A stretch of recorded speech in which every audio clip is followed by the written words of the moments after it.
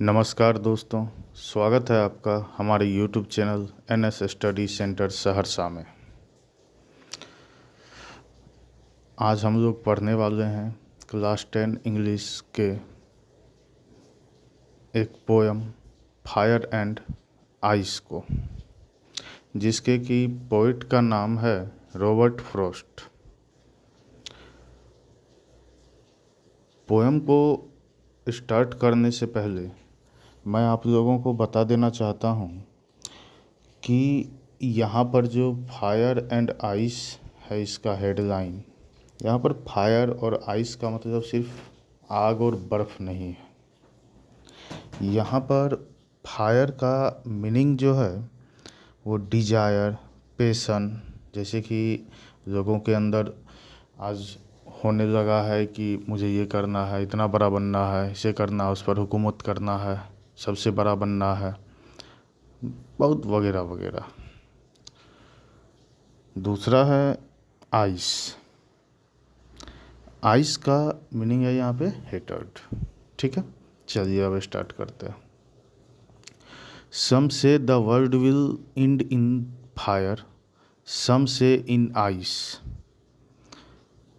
From what I have tasted of desire, I hold with those who favour fire. First stanza में ये कह रहे हैं कि कुछ कहते हैं कि इस दुनिया का खात्मा होगा, यह दुनिया ख़त्म होगी आइस से। कुछ कहते हैं कि फायर से। जैसे कि एक साइंटिस्ट के तौर पर अगर देखें, या इसमें ये बोल नहीं रहे हैं, किसी साइंटिस्ट के नाम नहीं ले रहे हैं या वैसा कुछ नहीं है, लेकिन एक मैं बता रहा हूँ कि ये कह रहे हैं कि कुछ कहते हैं फायर से होगा यह दुनिया ख़त्म, कुछ कहते हैं आइस से। लेकिन मैं जैसे जैसे लोगों के डिजायर को देख रहा हूँ, लोगों का मूड देख रहा हूँ, लोगों की चाहत देख रहा हूँ, एक दूसरे से ऊपर उठने की, दूसरे को नीचे दबाने की, पूरा पैशन आगे बढ़ने का, चाहे किसी भी तरीके से हो, तो ऐसे में दुनिया ख़त्म हो जाएगा। जैसे कि अभी उदाहरण के तौर पर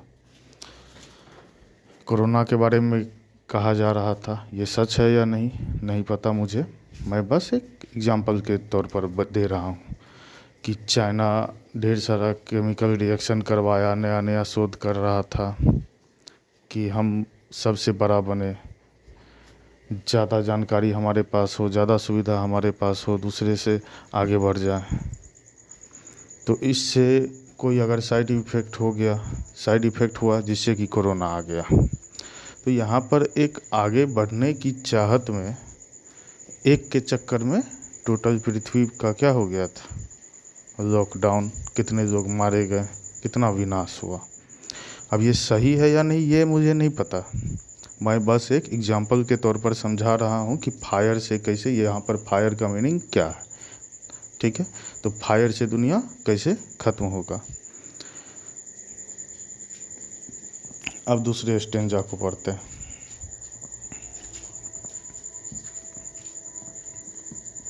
but if it had to perish twice, I think I now enough of hate to say that for destruction ice is also great and would suffice।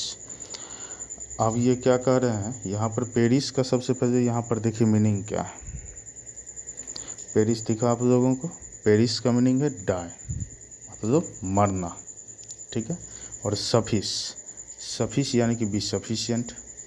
ठीक है, कह रहे हैं क्या कि if it had to perish twice, यदि दो बार मरने जैसा कुछ हो, कहने का मतलब है एक बार नहीं, सबको दो बार मरना हो, दुनिया दो बार ख़त्म हो, एक बार में ख़त्म नहीं होगी। जैसे कि इंसान एक बार में मरता, तो यहाँ पर एक बार नहीं दो बार मरना हो, दुनिया दो बार ख़त्म होनी हो।